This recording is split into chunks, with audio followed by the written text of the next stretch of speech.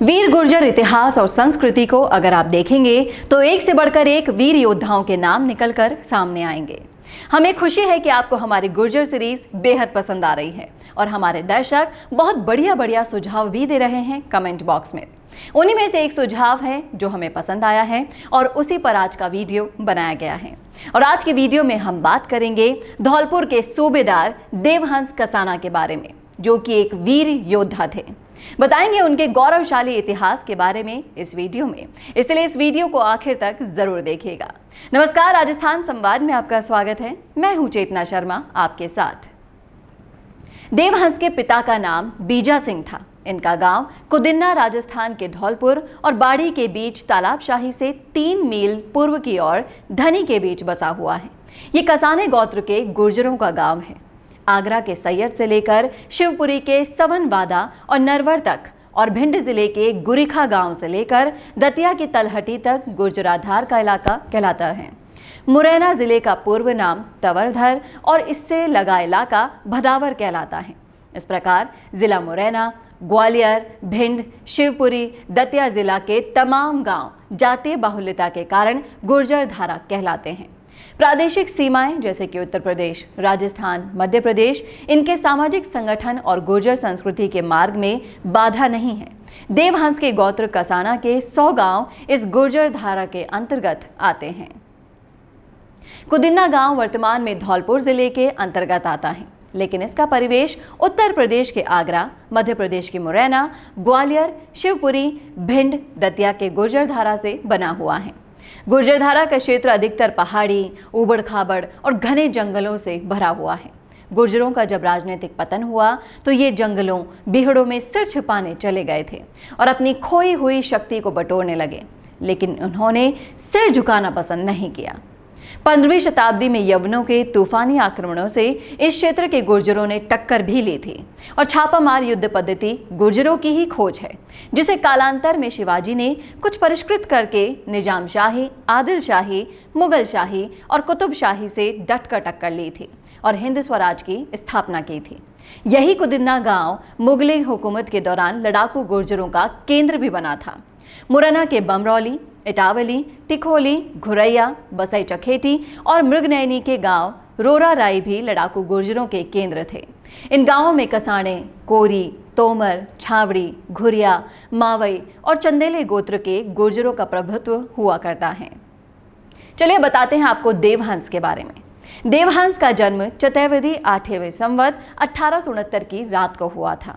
ये बीजा सिंह की चौथी संतान थे। बीजा सिंह की आर्थिक स्थिति बहुत सामान्य से थी। बाड़ी के पुरोहित ने बिना दक्षिणा के ग्रह राशि और नाम बताने से इनको इनकार भी कर दिया था। बीजा सिंह ने खुद अपने इस बेटे का नाम देवहंस रखा था। इससे पहले लड़के का नाम रामहंस था।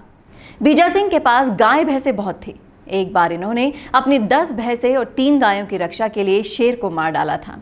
शेरनी ने इसका बदला लेने के लिए बीजा सिंह पर हमला किया और उसे यमलोक पहुंचा दिया। बीजा सिंह की वीरता की कहानी की चर्चा सारे क्षेत्र में फैल गई। तालाबशाही के पठान हैदर खान ने बीजा सिंह का सम्मान किया और उसे तलवार भेंट की। देवहंस उस समय दुधमुहा शिशु था, लेकिन उसके हृदय में अपने पिता की वीरता की छाप उसी समय से अंकित हो गई थी। जब देवहंस 1 साल के थे, इनकी मां बाजरे के खेत में काम कर रही थी। देवहंस को खेत की मेड़ पर डलिया में बिछौना करके सुलाकर खेत में बीजा सिंह और उनकी पत्नी खटानी व्यस्त हो गए। रामहंस 5 साल के थे तो उसे उनकी देखभाल के लिए छोड़ दिया और रामहंस खेलता हुआ दूसरी मेड़ तक चला गया। जब मां की नजर देवहंस की तरफ गई तो रामहंस नजर ही नहीं आया। वो दौड़कर देवहंस को देखने आई तो देखा कि देवहंस एक विषैले नाग से खेल रहा है। नाग फन फैलाए देवहंस के साथ खेल रहा है और बच्चा खुशी से किलकारी मार रहा है। खटानी गुजरी ये दृश्य देखकर सहम गई और उसने बीजा सिंह को बुलाया। वो भी इस अद्भुत दृश्य को देखकर हतप्रभ रह गए। दोनों ने अपने इष्ट देव का स्मरण किया और नाग देवता चले गए। बीजा सिंह ने भविष्यवाणी की कि यदि ये बच्चा जी गया तो धरती पर राज जरूर करेगा। बच्चे पर नाग देव की विशेष कृपा है और कौन जानता था कि बाप की भविष्यवाणी एक दिन सच साबित होगी और देवहंस एक क्रांतिकारी देशभक्त योद्धा बनेगा। जब देवहंस 12 साल के हुए तो अपने घरेलू काम धंधे में पिता का हाथ बटाने लगे। गाय भैंसों को चराने का काम उन्हें बहुत पसंद आया। दिन भर जंगल में खेलकूद, कुश्ती और ग्रामीण गाने गाते रहते थे। थोड़े ही दिन में ग्वालों की एक गायक टोली बन गई जो देवा की टोली के नाम से मशहूर हो गई। तालाबशाही में हैदर खान पठान के पास आगरे का मशहूर मल चंदू रहता था। उसने देवा से मल विद्या, लाठी, बनैती की कला सीखी और देवहंस की बाड़ी, बरौड़ी, धौलपुर, राजाखेड़ा, आगरा, मथुरा के दंगलों में कुश्ती लड़ने की धाक जमाई। तालाबशाही पर गायन के आयोजनों में भी उसने गान विद्या में प्रसिद्धि ली। वह अपने इष्ट बाबू महाराज के भजन गाता था।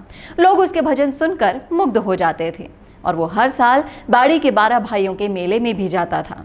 वहां पर भी वो बाबू महाराज के गीत ही सुनाया करता था। अब देवहंस प्रसिद्ध पहलवान और लोकप्रिय गायक के रूप में जाना जाने लगा था। एक बार बाड़ी के मेले में देवा बाबू महाराज के भजन गा रहा था और हजारों की भीड़ अपने इष्ट देव बाबू महाराज की जयकारे के नारे लगा रही थी। तभी धौलपुर नरेश राणा भगवत सिंह अपनी रानी के साथ हाथी पर सवार होकर वहां से गुजरे, लेकिन भीड़ ने राजा के स्वागत करने के बजाय देवा के भजन सुनने में दच्चित रहे। राजा और रानी देवा के भजन सुनकर सम्मोहित हो गए और दोनों ने बीजा सिंह से इस किशोर को अपने साथ धौलपुर ले जाने का आग्रह किया, जिसे बीजा सिंह ने भविष्यवाणी के आधार पर स्वीकार कर लिया और देवहंस अब कुदिन्ना की झोपड़ी से धौलपुर के महलों में पहुंच गए थे। राणा भगवत सिंह और रानी देवहंस को अपने महलों में ले आए और उन्होंने सरकारी फरमान जारी किया कि देवहंस को राज दरबार का कवि और गायक बनाया जाता है। देवहंस के शरीर, सौष्ठव और वीरता की प्रशंसा सुनकर राणा ने उसे अंग्रेजी फौज में भर्ती करा के प्रशिक्षण भी दिलवाया। अंग्रेजों को यह मालूम नहीं था कि ये सैनिक ट्रेनिंग लेकर 1857 ईस्वी में आगरा क्षेत्र से उनके राज्य को समाप्त कर देगा। धौलपुर के राणा भगवत सिंह ने अपनी फौज का उसे सर्वोच्च सेनापति बना दिया था। एक बार तो ये झिरी सरम मथुरा के किले के किवाड़ तक उतार लाए थे, जो बाद में इन्होंने अपने किले देवहंसगढ़ में लगा दिए थे, जो आज भी देवहंस की विजय गाथा के प्रतीक माने जाते हैं। देवहंस ने 1857 की क्रांति में भी बढ़ चढ़कर हिस्सा लिया था। आगरा जिले की 3/4 तहसीलों पर अधिकार करके इस क्षेत्र में अंग्रेजी राज्य को समाप्त भी कर दिया था। दमन चक्र के दौरान अंग्रेज हुकूमत ने अपने वफादार जमींदार हर नारायण की सहायता लेकर देवहंस को हराना भी चाहा था, लेकिन उसे स्वयं नीचा देखना पड़ा। इस लड़ाई में 3000 बंदूकें, 2 स्टेन गन और 2 लाख की संपत्ति सूबा देवहंस के हाथ लगी थी। इंडियन एम्पायर के लेखक मार्टिन्स ने इस संबंध में लिखा भी है कि गुर्जरों के सिवाय हिंदू जनता में किसी ने भी विद्रोहियों का साथ नहीं दिया। विद्रोह की आग घंटों में आगरा से दिल्ली, सहारनपुर, बुलंदशहर तक सामूहिक रूप से फैल गई थी। धौलपुर के सूबा देवहंस ने आगरे की तहसीलों पर अपना कब्जा जमा लिया था। झिरी सरमथुरा की विजय के पश्चात राणा भगवत सिंह ने देवहंस को धौलपुर राज्य का सूबा नियुक्त किया और धौलपुर रियासत के जागीरदारों ने सर्वोच्च स्थान इनको दिया। ग्राम डरेरा, बागधर, सहेड़ी और सामलिया का पूरी जागीर बतौर वीरोचित सम्मान में दी गई। जो गांव सरमथुरा से जीते थे वो भी उन्हें ही दे दिए गए। धौलपुर में देवहंस का राजकीय सम्मान भी किया गया। दीपावली के त्योहार की तरह दीप तक जलाए गए थे। देवहंस धौलपुर का दीवान और अपनी जागीर का राजा बन गया था और उसके पिता बीजा सिंह उल्लिका मिश्र की भविष्यवाणी सच हो गई थी और वो सूबा देवहंस के नाम से प्रसिद्ध हो गया था।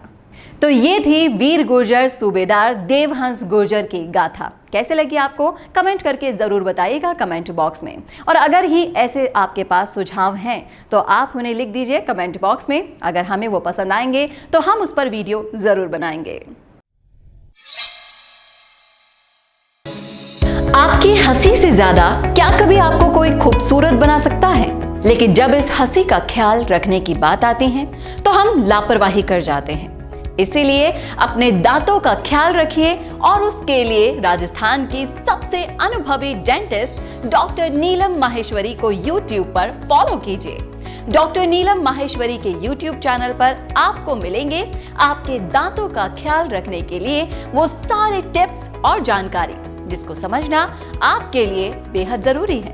तो आज ही YouTube पर सब्सक्राइब और शेयर कीजिए डॉक्टर नीलम माहेश्वरी के चैनल को, क्योंकि आपके स्माइल का कोई भी विकल्प कभी हो नहीं सकता।